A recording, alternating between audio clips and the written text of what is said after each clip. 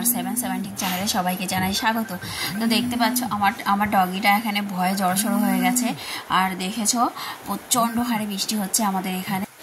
রায়পুরে এবছরে প্রথমবার বৃষ্টি হলো আজকে, তবে সব জায়গায় হয়নি। আমরা যেখানে থাকি সেখানটায় বৃষ্টিটা হয়েছে, অন্য জায়গায় হয়নি। তো প্রচণ্ড হারে বৃষ্টি হয়েছে, মুষলধারায় বৃষ্টি।